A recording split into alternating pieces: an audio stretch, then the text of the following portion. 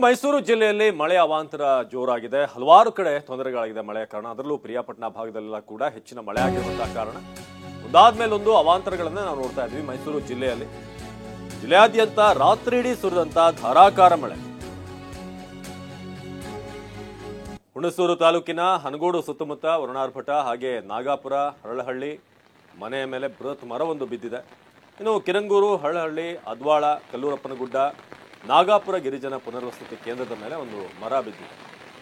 ಮಳೆ ಆರ್ಭಟಕ್ಕೆ ನೂರಾರು ಎಕರೆ ಬೆಳೆ ನಿಮಗೆ ದೃಶ್ಯದಲ್ಲಿ ನೋಡ್ತಿರೋ ಹಾಗೆ ಶುಂಠಿ ಇರ್ಬೋದು, ತಂಬಾಕು, ಮುಸ್ಕಿನ್ ಜೋಳ ಇದೆಲ್ಲ ಬೆಳೆಗಳು ಕೂಡ ನಾಶವಾಗಿದೆ. ಸೊ ಮೈಸೂರು ಭಾಗದಲ್ಲಿ ಅದರಲ್ಲೂ ನಿಮಗೆ ಮನೆಯ ದೃಶ್ಯವನ್ನು ತೋರಿಸ್ತಾ ಇದ್ದೀವಿ. ಹುಣಸೂರು ತಾಲೂಕಿನ ಹನಗೋಡು ಸುತ್ತಮುತ್ತ ಬಹಳ ಮಳೆ ಆಗ್ತಿರೋದ್ರಿಂದ ನಾಗಾಪುರ, ಹರಳಹಳ್ಳಿಯಲ್ಲಿ ಮನೆ ಮೇಲೆ ಬೃಹತ್ ಮರ ಬಿದ್ದಿದೆ. ಹಾಗೆ ಜಮೀನುಗಳನ್ನು ನೀವು ಗಮನಿಸ್ತಿರೋ ಹಾಗೆ ಈ ಶುಂಠಿ ಬೆಳೆದಿರುವಂಥವ್ರು ಹಾಗೇನೆ ತಂಬಾಕು, ಮುಸ್ಕಿನ್ ಜೋಳ ಎಲ್ಲ ಬೆಳೆಗಳು ಕೂಡ ನಾಶ ಆಗಿದೆ. ಈಗಾಗಲೇ ಒಂದು ವಾರದ ಹಿಂದೆ ಪ್ರಿಯಾಪಟ್ಟಣ ಭಾಗದಲ್ಲಿ ಬಹಳ ಮಳೆ ಆಗಿತ್ತು.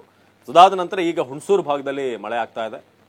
ಸೊ ದೃಶ್ಯದಲ್ಲಿ ನೋಡ್ತಿರೋ ಹಾಗೆ ನಿರಂತರವಾಗಿ ಸುರಿಯುತ್ತಿರುವಂತಹ ಮಳೆ ಈಗ ಒಂದಷ್ಟು ರೈತರಿಗೆ ಆರಂಭದಲ್ಲಿ ಕೆಲವೊಂದು ಭಾಗದಲ್ಲಿ ಖುಷಿ ಕೊಟ್ಟರೂ ಕೂಡ ಈಗ ನೀರಿನ ಪ್ರಮಾಣ ಹೆಚ್ಚಾಗಿ ಹರಿದು ಬರ್ತಾ ಇದೆ. ಸೊ ಆ ಕಾರಣಕ್ಕೆ ಈಗ ಬೆಳೆ ಕೊಳೆಯುವಂತ ಒಂದು ಭೀತಿ ಇದೆ.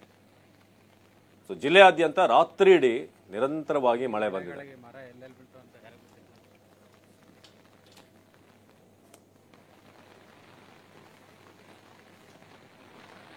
ಸೊ ಮೈಸೂರು ಭಾಗದಲ್ಲಿ ಸುರಿಯುತ್ತಿರುವಂತಹ ಮಳೆ ನೀವು ಗಮನಿಸ್ತಿರೋ ಹಾಗೆ ರಾತ್ರಿ ಇಡೀ ಸುರಿದಂತಹ ಮಳೆಯ ಕಾರಣ ಮೈಸೂರು ಪಟ್ಟಣ ಭಾಗ ಬಿಟ್ಟು ಬೇರೆ ಬೇರೆ ಕಡೆ ಗ್ರಾಮಾಂತರ ಭಾಗದಲ್ಲಿ ತೊಂದರೆ ಆಗ್ತಾ ಇದೆ.